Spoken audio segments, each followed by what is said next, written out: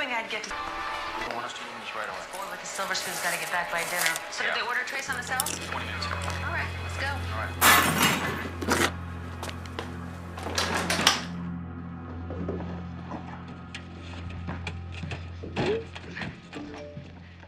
It's not the message you want to see in a situation like this. It's a very rare but real scenario we put together to show you how new text to 911 technology could help save your life.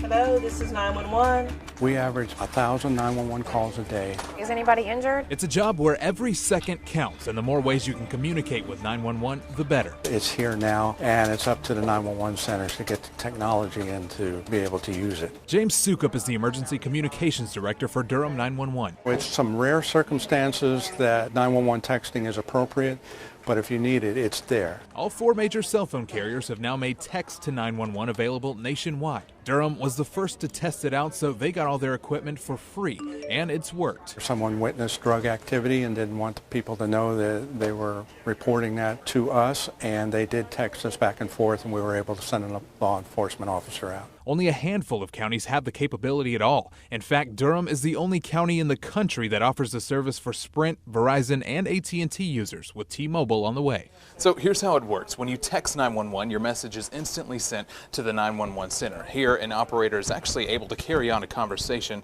through text message. Their message gets sent right back to your phone, and the most important question is finding out where you are. We have that pre-programmed into our system so we don't have to type it out. We select that question, hit send, so we can speed up that process.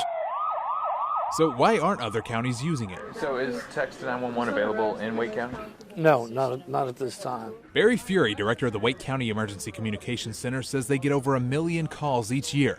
They just haven't installed the technology to receive texts. It's something that we're working diligently to get installed. And there's still a lot of technical work and a lot of technical decisions to be made. There's just not a single solution. Back in Durham, Sukup says they've only received about a dozen texts total. But is it because people don't know about it, or they just don't see any use for it? We hit the streets to find out. I've never thought about that, but yeah, that makes sense. It kind of makes sense, but it doesn't make sense at the same time. So I would prefer to dial it than text it. Sounds like a good idea if you can't actually call, or if you're under duress of some sort and you want to do it under the radar. In that case, you could call 911 and you could just let the phone sit there and, they could hear what's going on. Which brings up one of the system's current downfalls. With a call, 911 operators can pinpoint exactly where you are. That's where the call is, right there. But so far with text, they can only get which cell tower the message came from. And both directors agree a real conversation is still your best option during an emergency. Is there a vehicle he might leave in? Calling is immediate. Okay, I'll let the officer know that. We can talk back and forth. An officer will be dispatched as soon as possible. As opposed to texting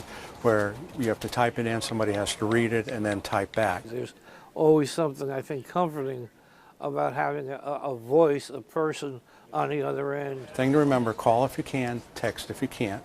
Jonathan Rodriguez, WNCN News.